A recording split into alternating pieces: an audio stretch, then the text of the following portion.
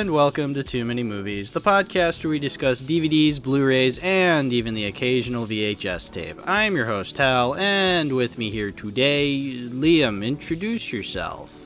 How's it going, guys? Liam does stuff. It's a little difficult. I tell people that I do stuff because it is really a lot of stuff. It varies, sort of a cacophony of content, but there's a lot of it's just a lot of avant-garde, strange short films or memes or reviews, and yeah, I guess that's really the only way I could put it. That's the best way you could put it. Yeah. Yeah. I remember finding out about you when you did the Sardonicast in a Nutshell videos. Yes. But I stuck around because I really did like your reviews back in I think it was like mid to late 2021, like when you used to do like video reviews. Why, thank you. I do miss it. It's been a long time. I'm the same way. I used to do video reviews myself, and then I stopped doing them just because it was not worth the time and effort I was putting into it, and I just couldn't get them out on like a weekly basis like I was trying to. So Right. Yeah. I think there's that where there's the demand. It's sort of it's part of your routine. You have to be on time for these movies and make sure that you're catching them. But also at the same time, the content itself, like the genre of movie reviews, is such an oversaturated and accessible, democratized sort of thing. mm-hmm. So it can be sort of deflating, and you end up feeling like one of the Buzz Lightyear toys, the boxes on the shelf in Toy Story 2.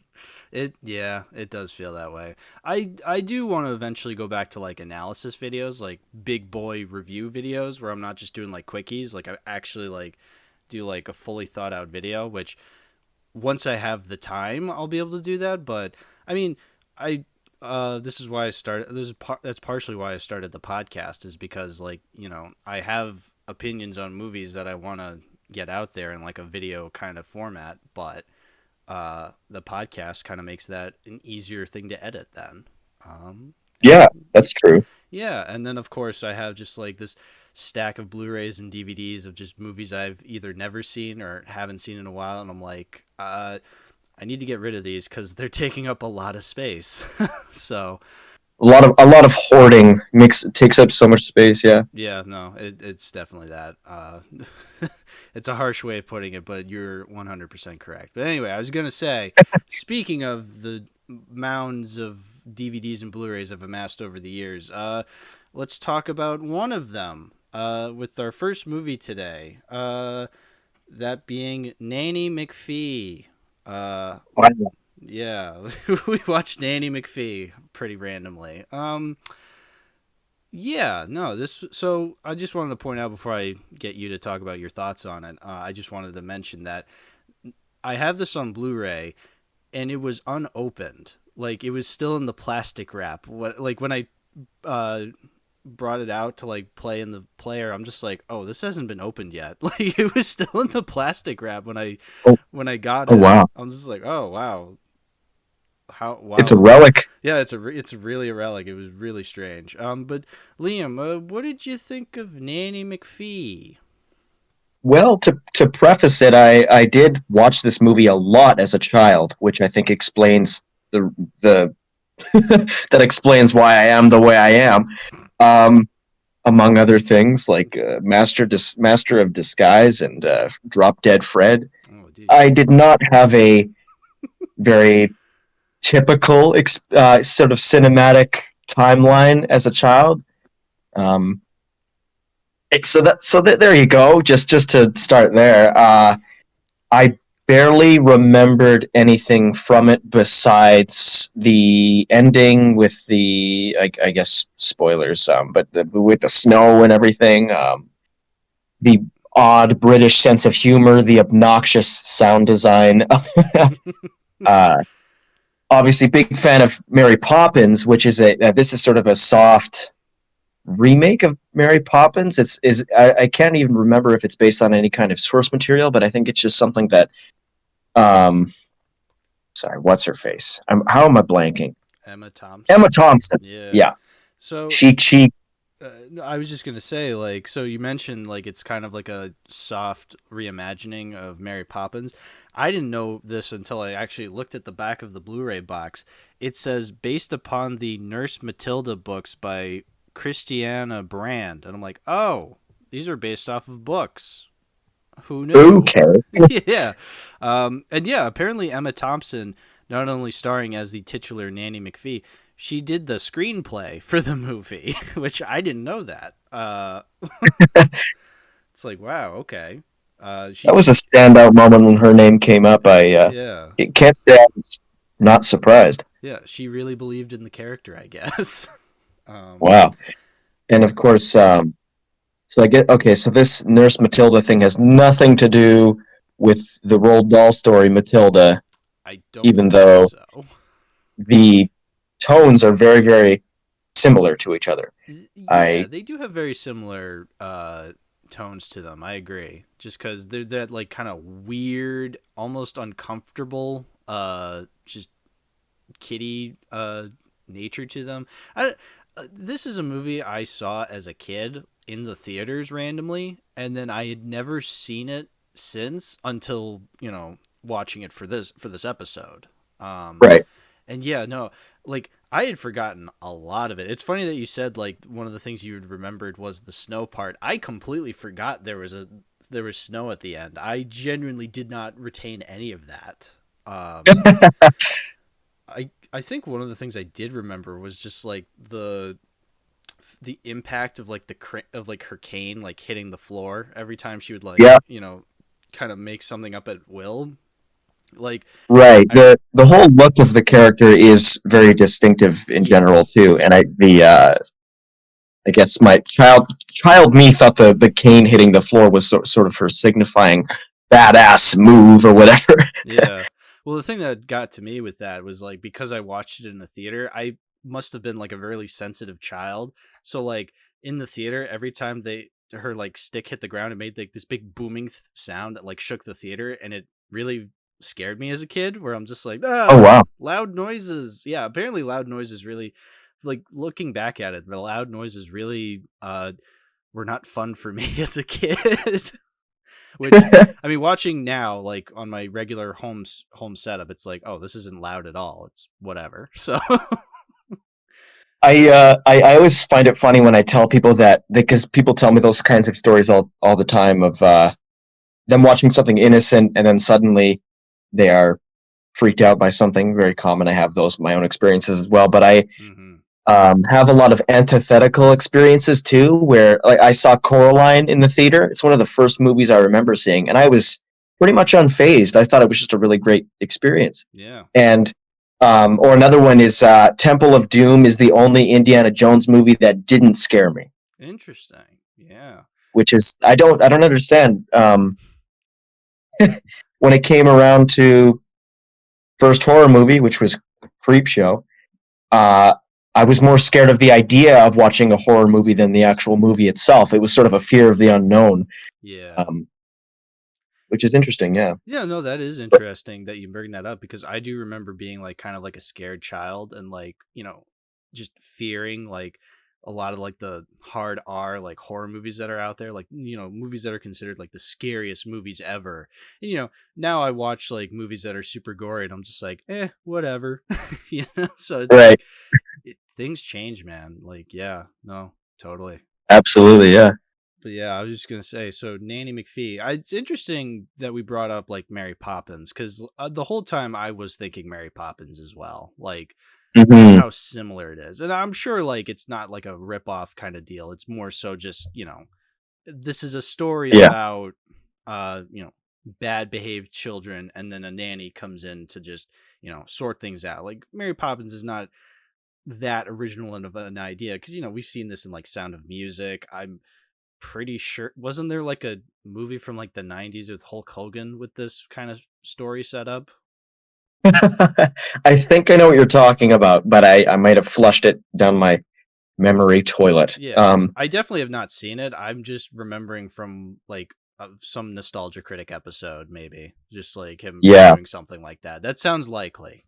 But yeah, like this is just it's a kind of story I feel like we've seen before, so I can't really say, you know, like Nanny McPhee is like ripping off a certain story like that, because I think No, yeah. this definitely does have enough of for it to stand out from something like Mary Poppins. Um, with that said, I greatly prefer Mary Poppins.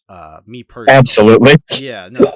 And I'm not just saying that because, oh, Disney good, other bad. It's like, no, it's just really good, Mary Poppins. Like, it's a really good movie. Right. Whereas this, I'm gonna be honest, it's a little too weird for me. And I mean, I love weird movies, but like, I don't know, just something about this movie just didn't do it for me. And one thing that probably, like, one of the biggest reasons is because I hate these kids, man. Like, they're just awful. They are just cretins. And it's interesting that we open on the note of the prospect of them having potentially eaten a child, and that's I think that sets the course for the rest of the Yeah. movie until obviously you introduce Nanny McPhee. And I think what the key defining difference between, we mentioned Mary Poppins before, is what I think what separates them mainly is Mary Poppins isn't really a character you call upon if you're looking for discipline. I think the children in Mary Poppins already had good etiquette and good manners, and they were very sweet, cute children. Mm-hmm. And she was just sort of there to give them some support. And you know, there's a few moral lessons in there, but mostly it's just to supply the fun, not weed it out and crush it. Yeah. They're essentially normal kids, and they're just trying to, like, you know, show like extravagancy and adventure, like kind of just like inserting it into their lives. Like, oh, isn't this neat and fun? It's like, yeah. Whereas like here, yeah, it's like, okay, these kids like are little hellraisers. Stop being little hellraisers. You know, take that. Yeah. You know, beat it out. We gotta call Nanny 911 on this one. Yeah. Exactly. It's just, which, I mean, that's essentially what happened in Sound of Music, did it not? Like, the kids were not necessarily well behaved. Like, they pulled pranks and stuff like that, but like, it was more so as like a call for attention, and Right. And I feel like there was a little more to that movie, obviously, because, you know, it's like a big grand scope of an epic or something like that. Whereas like here, it's a little more contained in Nanny McPhee, but like, I don't know, just the way these kids act, it's like, I know I'm supposed to laugh, but I'm not, sort of. Right. Like, sometimes I'm getting a giggle. Like, there's a part at the beginning when Nanny McPhee's like talking to Colin Firth's character, and she's like, do they say please and thank you? And he goes, in what context? And I thought that was a really funny line. But like, I also agree. There's a couple little bangers in there if you want to go down that route. yeah. But yeah, it's also, I compliment pieces of media that are not afraid to showcase children as little assholes, because they truly can be. Oh, yes, to be fair, very, very, very true. But the overall the tone and presentational kind of factors of the movie make it a bit more of a grading experience when it's really just desperate to claw at you with these vibrant colors. And I said, I think I mentioned the sound design. The sound design is nuts. Yeah, I remember it being pretty nuts, and it's just like, weird.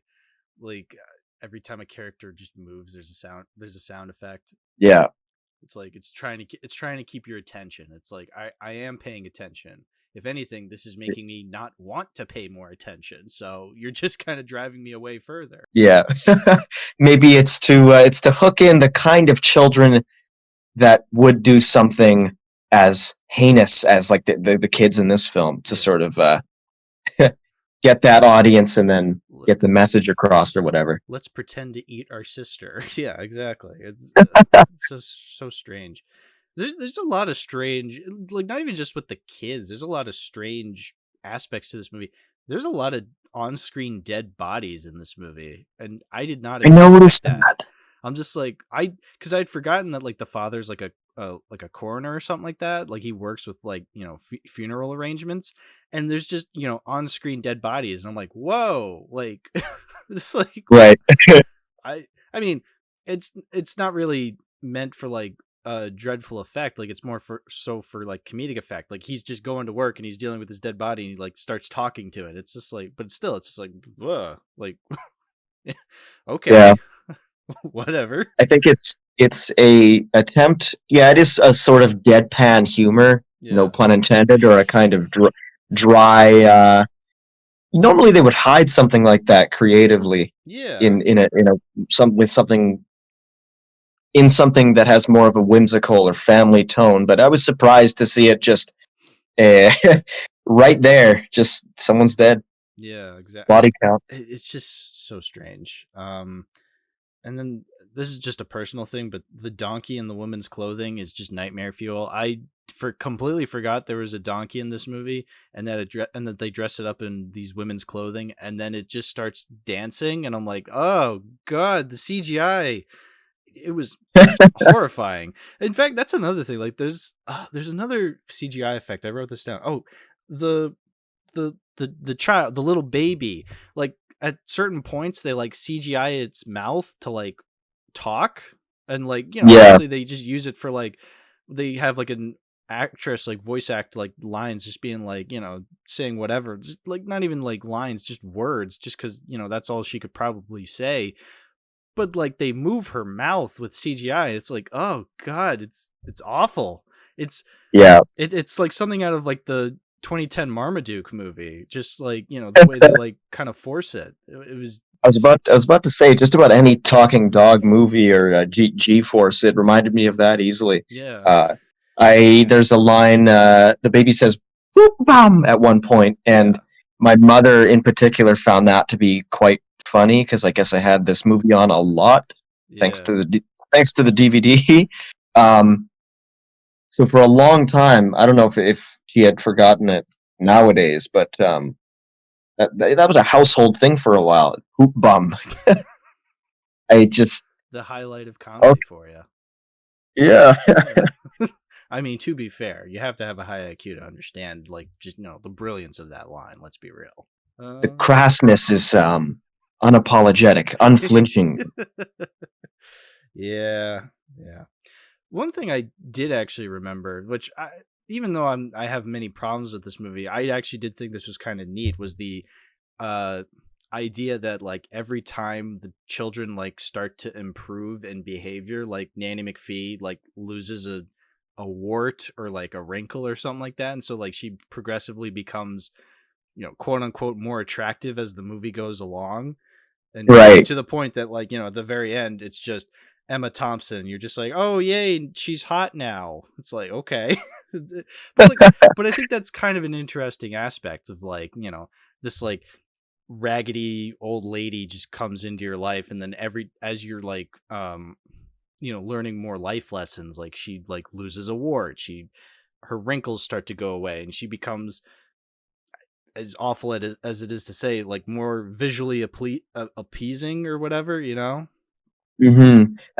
That is a very puzzling addition to me personally, because I understand what they were going for.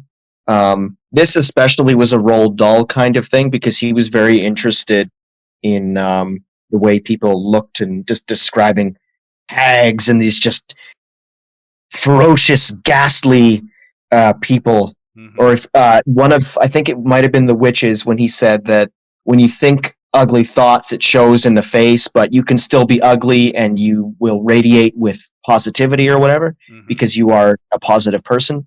And I think these ideals are especially called into question nowadays. Yeah, that's true. I do understand it, but it was confusing me a little because I think that Nanny McPhee is a fairly respectable woman beyond her unconventional, looks, and I think that I was surprised they didn't just go for the route of judge one based on what they have to say and not what they look like while they're saying it, or like don't equate that to the contents of their character type thing, because that's normally the moral didactic conclusion there. But with this one, she's incentivizing good behavior by saying, look, I'm not so butt fuck ugly anymore.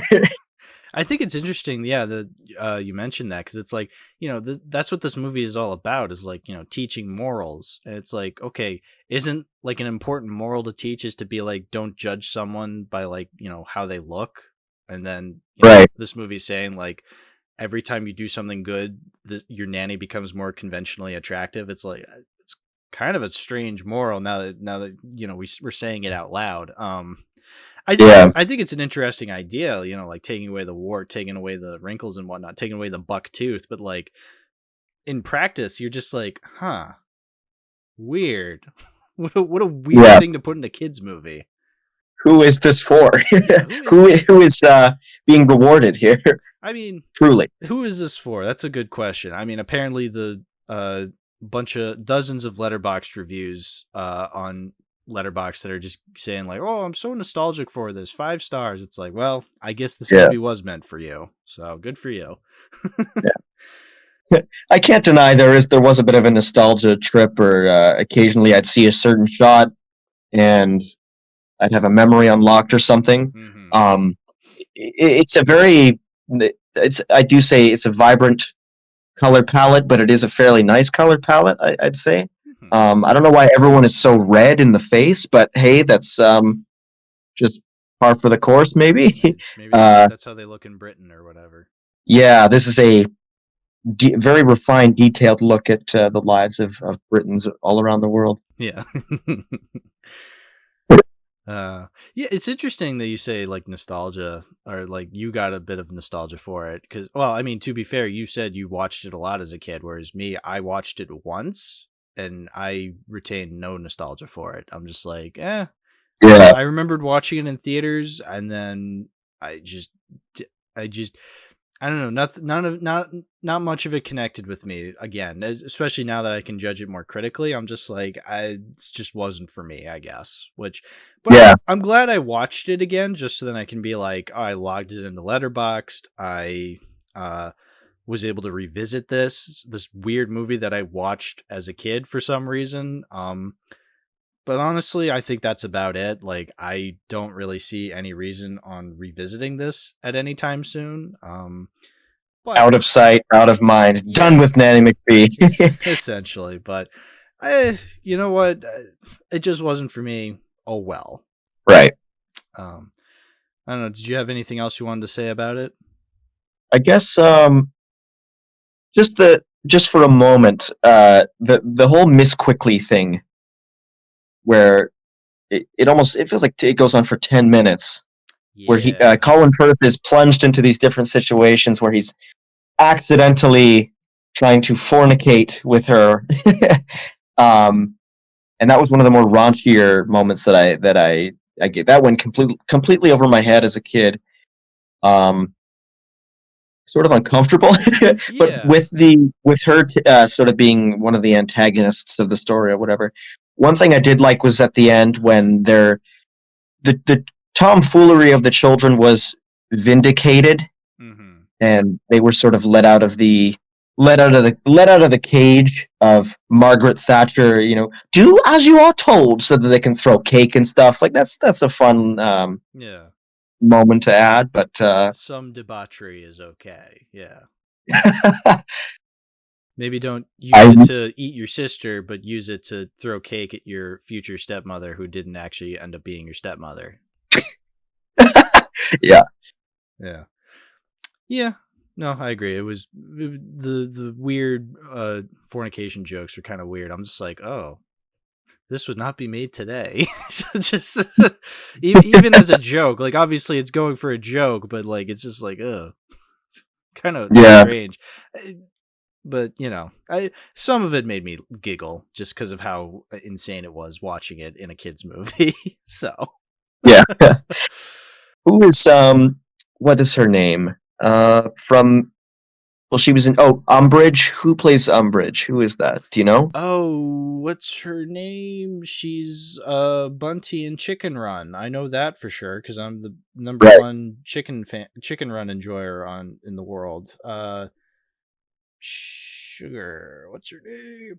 I was just going to say because she was particularly enjoyable to view during the movie, watching her go absolutely insane as a sort of surrogate symbol for the audience. Imelda Staunton. Yeah, she's been in a couple of things. She was Umbridge in Harry Potter. She was in the Paddington movies. She was in Chicken Run. She was in Maleficent randomly. Oh yeah.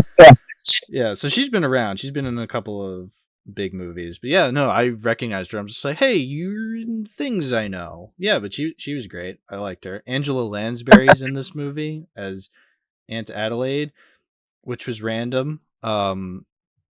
Just because I mean, I associate her with Beauty and the Beast the most, but like, I was just like, oh, she's in this movie. I forgot about that completely. Yeah. Oh, and last thing, did you know that Simon, the kid Simon, is played by the kid who voiced Ferb in Phineas and Ferb? Is that a fact? That's Thomas Brody Sangster. He was the voice of Ferb on Phineas and Ferb. Obviously, it was like once every episode, but like, yeah, no, that's him. I can I can piece that together. Yeah, it's really random, but like really cool. I thought I recognized the. He's the sort of the main devil of the. I forget everyone's names. Yeah, I'm just reading off of the Letterboxd cast list. That's how I remembered his name. Yeah. So yeah. Do better, movie. Do better, movie. Before we wrap up the Nanny McPhee discussion, the way we usually wrap these up is I like to kind of talk about the Blu-ray I have it on, which it's just a pretty standard Blu-ray. This is I think it's from like the era when like, you know, Blu-rays were still kind of like a relatively new thing, just because like the way it advertises on the cover, just saying like the perfect high def movie experience. It's like, yeah, we know it's a Blu-ray. We know we know what we're getting into when we purchase it. Yeah, that was before it became the commonplace. But there was no precedent, so they have to make it some sort of epic advertisement. Yeah, exactly. Which is funny. This is the ultimate experience. Yeah, and then 4K came along, so clearly you were lying. And then I also like to say like, oh, would I keep this Blu-ray in my collection? I would not, personally. Revisiting this movie, I'm like, there's a reason I didn't really connect with it when I first watched it, and I didn't really find anything new to connect with this rewatch, so unfortunately I will not be keeping this Blu-ray in my collection. I don't think I would either, and I would be especially upset if it would be happening to play on cable or something on the last day of my life. I think that would just sort of be really bad. Really bad. Yeah, I was gonna ask. So, do you like collect physical media at all? Oh, I do, just not very well because I'm frivolously saving, penny pinching. But I do have a couple criterions, and once it actually becomes something to show off, I would like to show it off one day. Yeah. The most prized possession I have at the moment would be a RoboCop Criterion signed by Peter Weller. Oh, dude. Really? Yeah. Oh, that kicks ass. That's awesome. Yeah. The Criterion itself for RoboCop is one of the earlier releases when it was still just a raggedy thing, a company made by film buffs who don't have any lineage in terms of a business or whatever, and they're just trying to make a buck on a shoestring budget or whatever. But so the picture quality, the picture quality is in. There's a whole bunch of dead space. It's just a square in the middle of a bunch of dead space, almost like when you don't pay. I know exactly what you're talking about. Yeah, it's widescreen, but like widescreen for like 4x3 TVs. Right. Yeah. So It's exactly what you're talking ancient. about. Yeah, no, I've talked about a couple of DVDs on this podcast so far in that with that exact viewing experience. I talked about the Brazil Criterion I used to own, and then the I actually still own it is my Halloween 2 DVD that advertises that. It's like Halloween 2 in widescreen, but it's widescreen for TVs that were made in 2001. So That's yeah, no, that's awesome. But that's cool that like it got it signed by Peter Weller. I have like the RoboCop trilogy on like a DVD collection, and uh fantastic. the way it differentiates the different RoboCop movies is it just has RoboCop in 3 different positions, but like you have no idea, you can't differentiate between the 3 movies. That's really funny. That is an episode for the future. I am very much looking forward to whenever I talk about that. Yes. But yeah, no, I think we've talked about everything we can with Nanny McPhee. If you want to move on to the next movie. Let's do it. All right. You know what? I'm going to let you introduce this one because you seem to be the biggest enjoyer of it that I know. I don't, the fact that you would like make references to it a lot in your videos, I was just like, wow, he really loves this movie, which I mean, I do too, but like, what, like, didn't you dress up as like, the character at one point? I feel like I have a vague memory of that. I did. Before it became a Halloween costume that year, but before that, I went to a public park, sort of, and or just out in public in general, dressed up as my own hackneyed, disturbing version of the mask, where I just put on green face paint and a dress shirt and like red Tim sort of boots, and I was gallivanting around, all for a gag in a video. But So yeah. yeah. So we're talking about The Mask, 1994, Jim Carrey. So yeah, you talk about it. All right. So The Mask, obviously, very famous Jim Carrey film, one of 3 in the year 1994 that really rose Jim Carrey as the huge comedy star that we know him today. You had Ace Ventura, Dumb and Dumber, and then The Mask. Mm-hmm.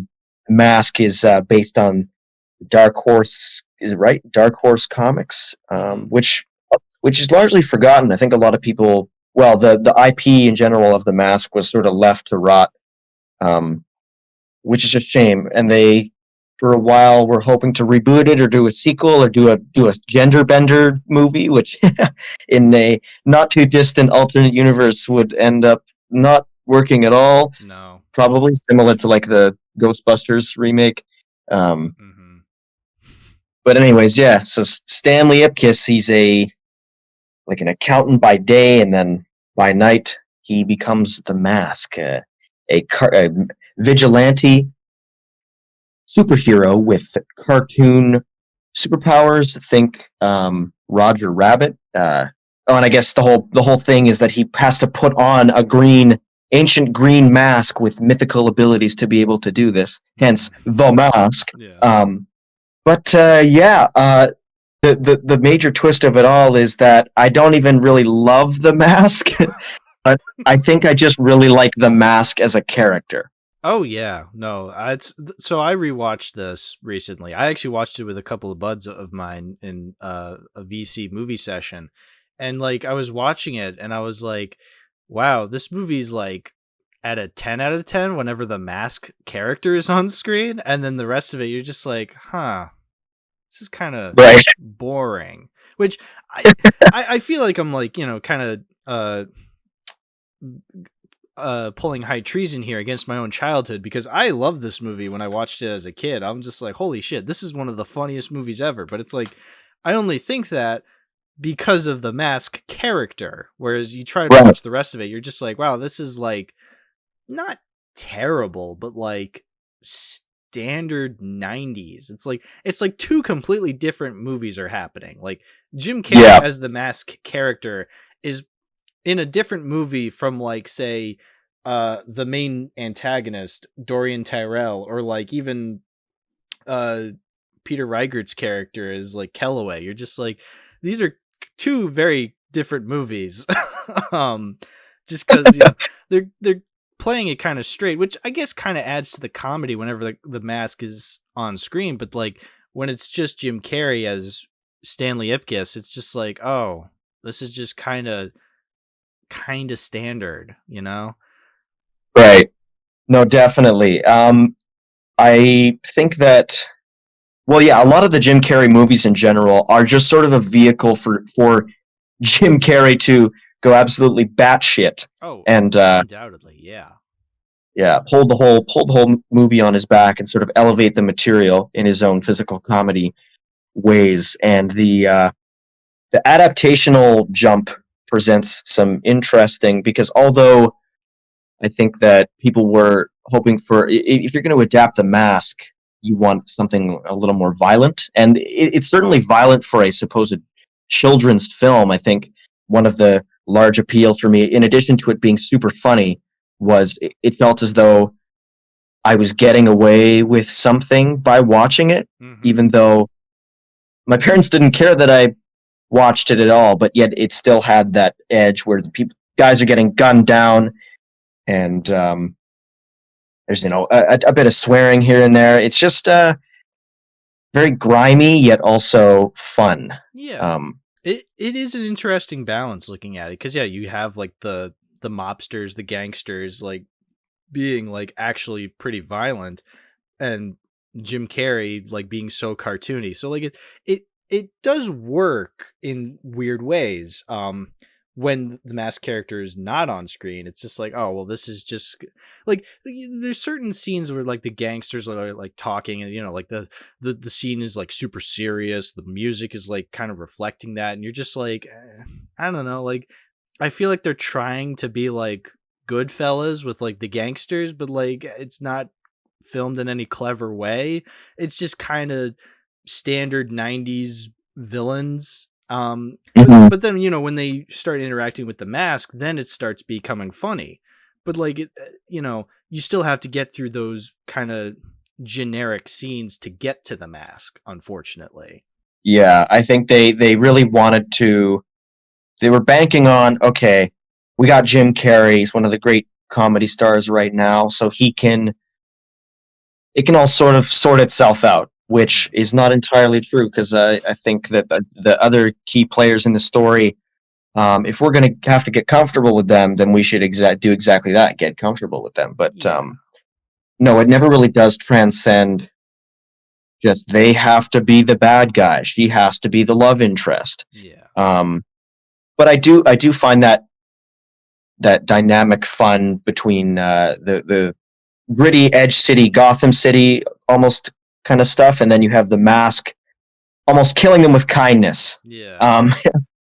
Yeah. And so it's interesting, yeah, because there's the scene of when he like first goes about the town and he comes across these like thugs, and they're just like, hey mister, you got the time? He's like, as a matter of fact, I do, cubby. And it's just like oh, that's such a good scene. But like, if it was just the thugs and there was no mask character, it would not be as funny. Like you need the reason this movie is heralded as it is from the people who have seen it is because of Jim Carrey as the mask. Like you need that character in this movie.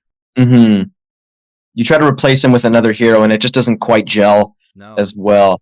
And I'm trying to think of, well, because if you were to perhaps go with go down the path of trying to make these goons and these villains and all these sort of different side characters in Stanley Ipkiss's life a little more memorable, you run the risk of sort of shrinking the mask as a character, because what is there for him to play off of if everything is ridiculous? So it is tricky, I'll give them that in their defense. But at the same time, if they were going to go serious, they might have just wanted to maybe commit a little more, maybe perhaps even go more serious.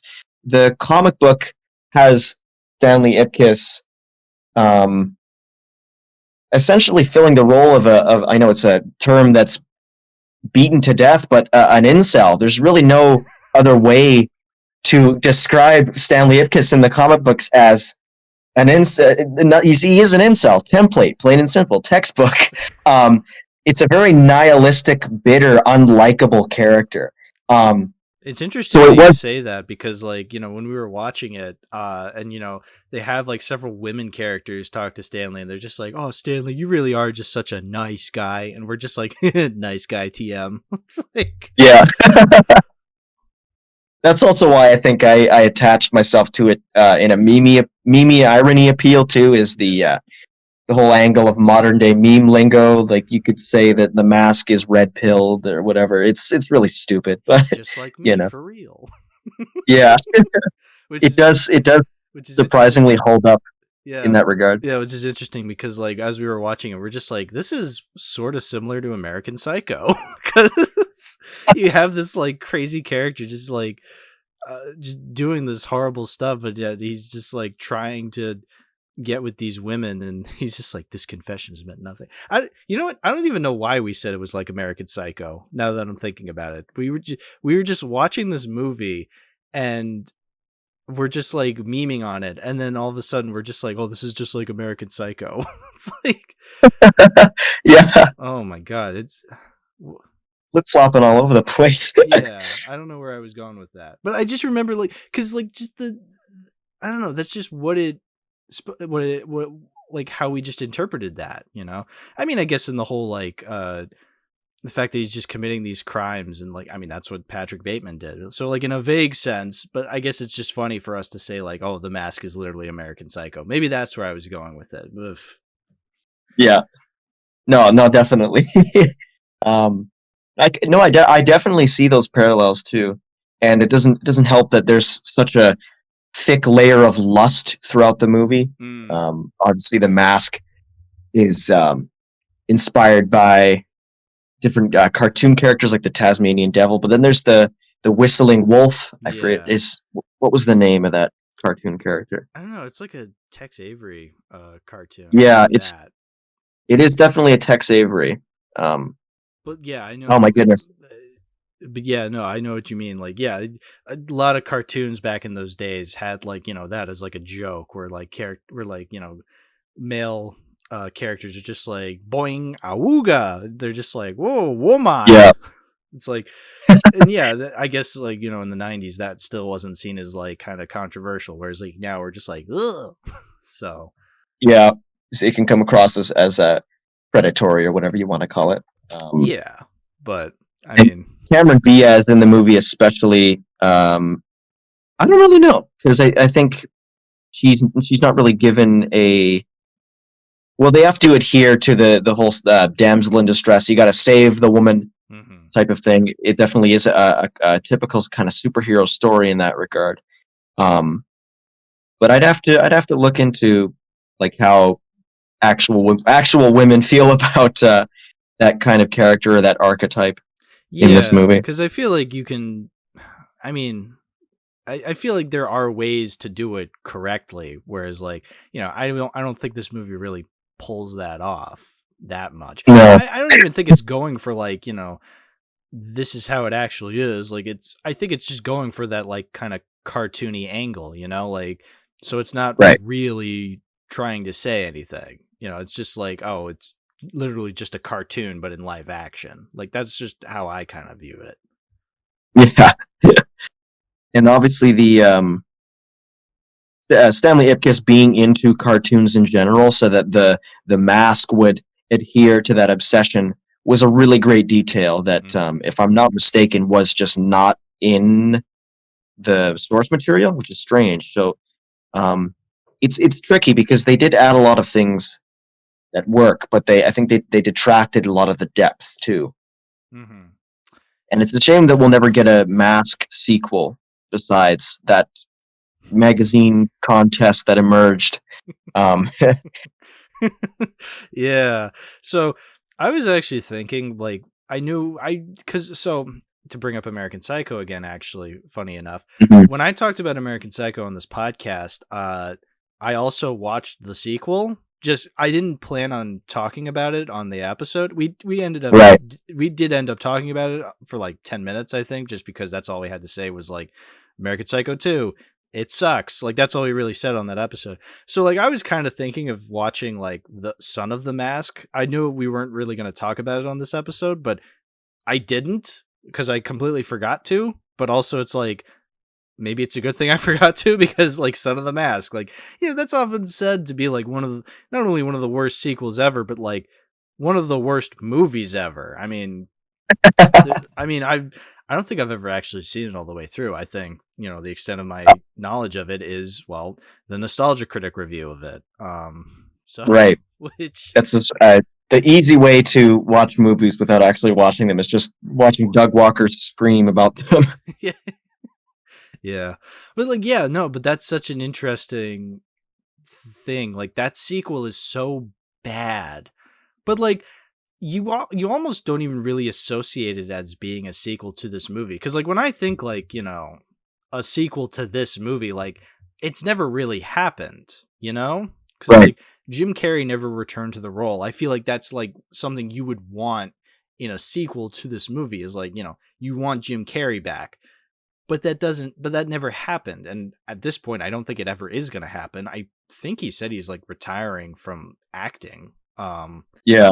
Which is fair. I think that he's had a really prestigious, long, exhausting career of ups and downs. Yeah, exactly. So, and I feel like maybe that's for the best. Like, I feel like a sequel to this movie would kind of, a sequel in the sense of if you bring back Jim Carrey as the character, would kind of ruin it. Like, would kind of ruin the impact of this movie. Because, like, I feel like that kind of adds to just how unique it is. Like, as many issues as I have with the movie, and they're all completely valid, I still like it a lot. Like, there's still aspects to it that I like, and I would rather those aspects not be tainted by like a legacy sequel made like over 30 years later.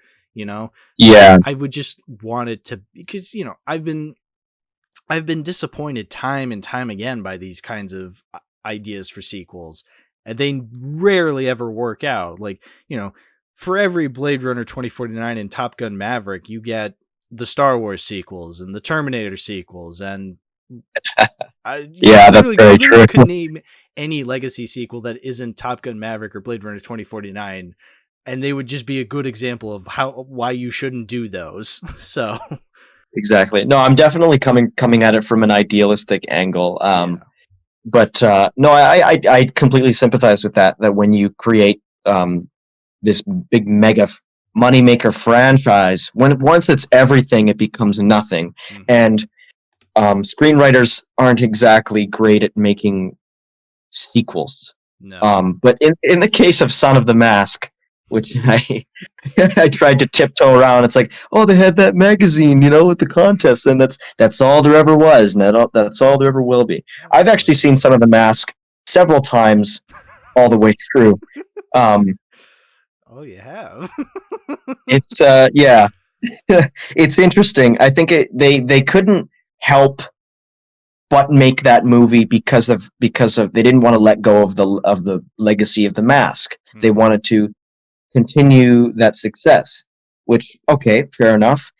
And I won't rule out, because the mask is meant to be worn by other people too. Mm-hmm. Whatever traits you have, it will enhance those traits. Mm-hmm. Think the symbiote in Spider-Man 3, which is a good movie. I will defend that movie. But I agree. I love Spider-Man 3. Yeah.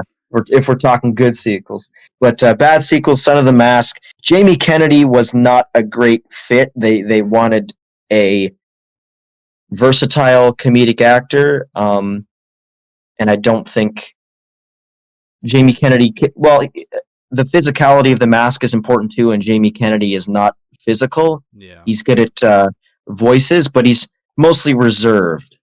Yeah. And the mask is someone who is more of a Bugs Bunny type of character. Yeah. Which is why Jim Carrey works a hell of a lot better. Like, right. And why he's so synonymous with this role. Like, it's interesting that you say, like, oh, they could probably, it's interesting that, like, this is based off of a comic. And, I've heard that, like, people are kind of frustrated with the fact that, like, the actual comic itself has never been properly adapted. And it's like, well, that would probably be the most likely angle you would go with if you were to, like, make another Mask movie, is you would probably want to be closer to the source material. Right. My only hang up with that would be is, like, it would be kind of in the same ballpark as something like Dr. Sleep, where, like, we have this idea in our head as film lovers of, like, something that, to be fair, is not necessarily a great adaptation, but is so its own thing anyway, that, like, if you were to try to, like, continue the legacy of, like, the original thing into a new thing, it would be kind of hard because we have this other thing.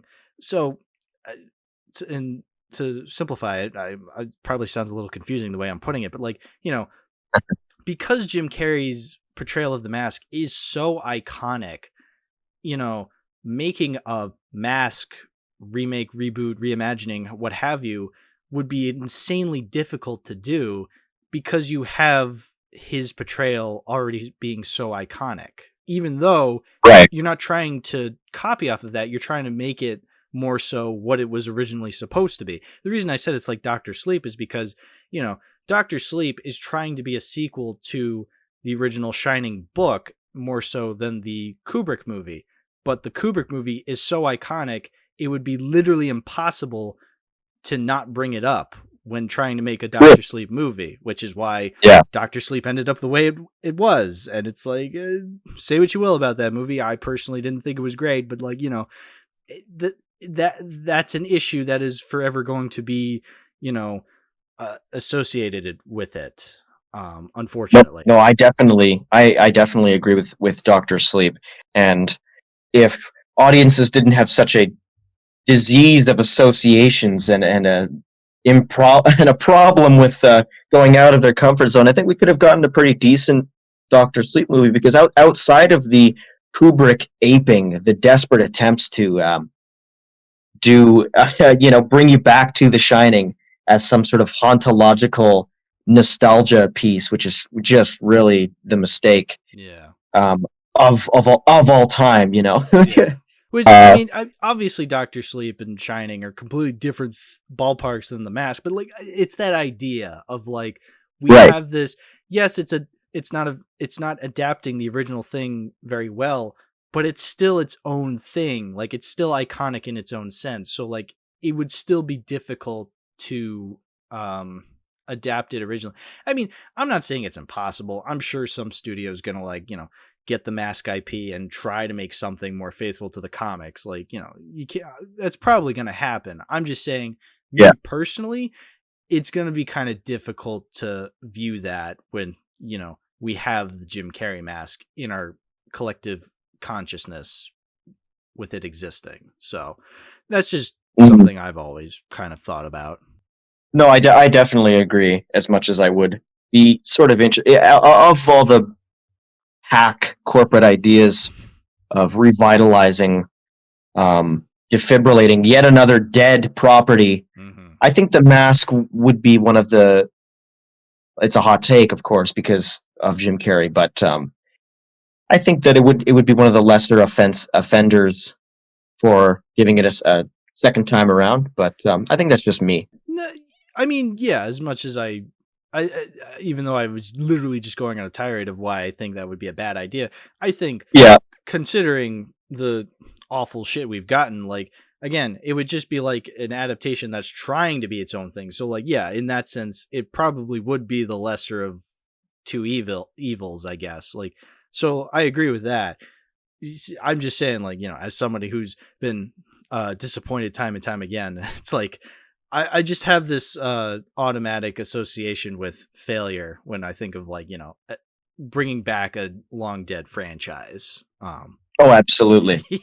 So I'm so exhausted of feeling down in the dumps all the time. So I do like to think about what could have gone right, or what could go right, or what we should be remaking and what we shouldn't be. Don't fix what isn't broken, type of thing. I think that remaking something that is broken is interesting. More recent example, I see that they have a Haunted Mansion movie coming out. which is not a remake, but it's a reboot. So they're trying to take that awful Eddie Murphy movie and maybe make it into something a little more digestible. But it is Disney. That's just an example. Yeah. Yeah.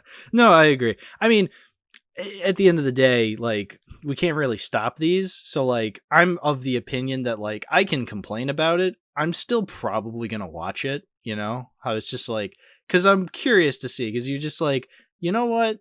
Go ahead. Like, make this new thing that you are trying to bring back, or like, make this thing you're trying to bring back. Like, let's see how this goes, you know? Like, you're curious, in a way. So I'm very, very much looking at it from that perspective as well. Yeah, I was looking at it like that with the Batgirl movie that got canceled, because by all accounts that DC universe is in shambles. Those movies are garbage, but at the same time, you just erased possibly one of the best, like, Brendan Fraser performances from history, and people wanted to see Michael Keaton come back as Batman. You ruined that too. So there's definitely movies that I hate, but if there's never really a case where I don't want something to come out at all. I think that's ridiculous. I think that's really wasteful, regardless of the end product. And it's ridiculous that all those people's hard work, even if, like, the overall movie was shit, it supplied jobs. Yeah. There was something there. It couldn't have been complete. Like, how irredeemable was it that you had to shelve it forever? Yeah, no, totally. Batgirl's a great example. Like, it probably would have sucked, almost definitely. But, like, yeah, I wouldn't want it to be canceled. Like, I want people to work on stuff. And, like, the fact that, like, now that it's canceled and they're like, oh, it will never see the light of day. It's like, well, now I want to watch it. Like, you've made it so enticing. You've canceled it. It's like, well, now I have to watch it. Like, this sounds awesome. Like, yeah. Wow. This supposed, like, because if these movies you think are fit for release are awful, then what is so bad about this one? What if it's a reverse psychology situation? I just want to know. Yeah. Just release the fucking thing. Just pass the threshold. 1, 2, 3. Release it. It's so easy. Just finish it. Yeah, it's the same thing as the Star Wars Holiday Special. Like, for years, George Lucas was like, nobody should watch this. It's like, well, now we want to watch it because you're denying us access to it. Yeah. So, yeah. Oh God, just really interesting stuff, I must say. Yeah. Do you have anything else you wanted to say about The Mask? Well, it certainly supplied me with some fond memories as a child, and I think it certainly is one of the better comic book movies to watch, just by virtue of the comedy elements, the timeless special effects, which I mean, that might be a little debatable about the special effects, but it's at the same time, the 3D effects, which are primitive, are ultimately trying to display 2D effects made into 3D. Yeah, it's charming. And no matter what, it's always going to look like a cartoon. And if that's the goal, I think these are some pretty timeless effects, I must say. Yeah, I think they have a charm of their own. I like 90s CGI when it's not the worst thing ever. Like, I don't know, they were trying. So, like, I think it looks fun for what it is. I do like that. I do like that aspect of it. Yeah. Great set design, great score. Housed a lot of people's careers. It's formulaic, but it stands out because it's kind of not the sum of its, or how I'm trying to figure that out. Sum of its parts. That's saying. Would it not be the sum of its parts, or is it the sum of its parts? Yeah, no, that's one of those sayings that, like, I don't know how you would say it properly, so I just don't bother trying to say it. Yeah, because I do like it because it's so handy in film discussion, but I can never wrap my head around it properly. Yeah, exactly. But yeah, no, I agree. As I've said, as many issues as I have with this movie, I could never hate it. Like, there's just too many good things about it that I like. And like I said, when watching it in a group setting, like whenever the Mask character was on screen, was just hilarity. Like, it was literally some of the hardest I've ever laughed. Which that's got to account for something. Absolutely, yeah. Yeah. So Anyway, I have it on DVD actually. A New Line Platinum Series DVD. This is from a while ago. Okay. And I think it's a really neat DVD. It's early 2000s, mid 2000s, I don't remember, but like it's kind of neat. Unfortunately, I've brought this up before. It does this thing where the case has like a symbol edged out inside of it. So like you can like That's interesting. you open it up and like you can like feel the cover, like the paper cover, like on the outside, and so like it makes for like a very flimsy box, and I hate that. I genuinely don't know why they would do that. Like maybe it's cheaper because it's like less material to use to make the box, but like it just makes for a flimsy box. Like it squeezes. It's I I would hate that. I would guarantee that it was a cheaper option. Yeah. But I'd also hate when they go out of the standard to deliver on some more easily dentable piece of crap. Yeah. Yeah. So, as for whether I want to keep the DVD itself, like this actual DVD, I don't think so. I don't. I don't really see this as like that impressive of a DVD. And again, the case kind of sucks. So Yeah. I'm gonna get rid of it. But in terms of whether The Mask has a spot in my collection, it does. So like if I ever get it on like a nice Blu-ray, or if I don't think it's on 4K, but like I think if it ever does get a 4K release, I think I would get that just because I'd want this movie to be like in the nicest quality possible. Right. So even though I'm not keeping the DVD, the Mask will always have a spot in my collection, no matter what. I'd be interested in a 4K. Yeah, are they doing a 4K for The Mask? I mean, they got a Blu-ray, of course, but Yeah, I don't know. So like my thought process is the 30th anniversary is next year, so maybe that's what they're saving it for. But that'd be cool. yeah, you never know. You never know with what Blu-ray companies are thinking. Yeah. Yeah. Do you happen to own it, or do you want to like own it in your collection someday? It's hard to say because there are tons of guilty pleasure movies that I watch at least once a month. I think The Mask could quantify, could be added to that list. But I have a very stingy attitude towards my physical media collection. Like besides gifts, I think I have an Evil Dead 2 Blu-ray, which is pretty nice. It was a gift. It wasn't something that I would have picked out because it's although it is a really great movie, there's a certain spot in my mind for the best of the best, and I just try to keep it like that. But if I might soften myself up one day and get those ones too. But I know for a fact I had the DVD as a child. Mm-hmm. I'd watch it a lot on my portable DVD player. Nice. Classic. Nice. Yeah. I wish I was as stingy as you, but you know what? That's why I made this podcast, so I can be. So, yeah. Yeah. Perfect. Yeah. All right. I'd say that almost about does it. Liam, please, by all means, shout out your stuff. Where can people find you? Well, my main, my kind of primary source for good old content would be just my YouTube channel, Liam Does Stuff. Or I suppose I have one of those fancy URLs now, so it would be youtube.com/Liam Does Stuff Official. Hopefully that works. If not, that'd be a shame. But because there are a couple Liam Does Stuffs out there, some decoys. But yeah, if you want to check out my stuff, by all means. A little sparser in terms of the content flow, but I'm trying to fix that, and it's been going well so far. So stick around if you are interested at all in weird shit. And I guess that's all I have to say on that matter. Nice. Yeah, I'll be putting your links in the description. You have a Letterboxd, right? I do. Yes, you could also, Yeah. if you wanted to, you could put that there too. Yeah, I've been following for a while. I remember the half star arc of your letterboxed time. That's really funny that it can be considered an arc. I thought people didn't care that much, but no, that is very true.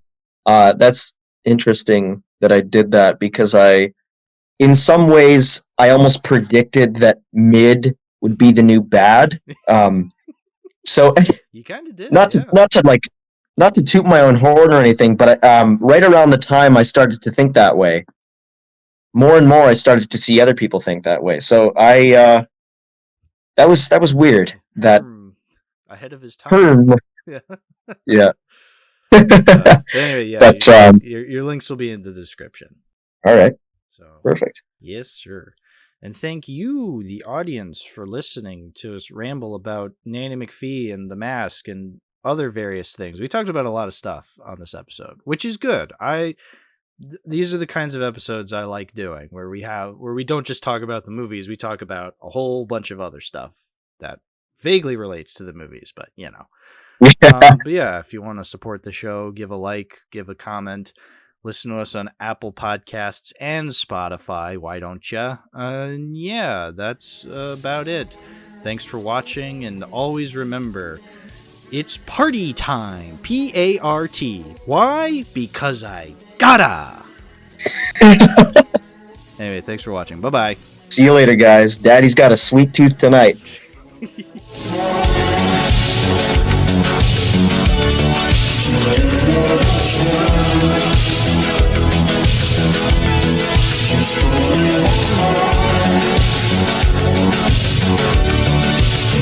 Just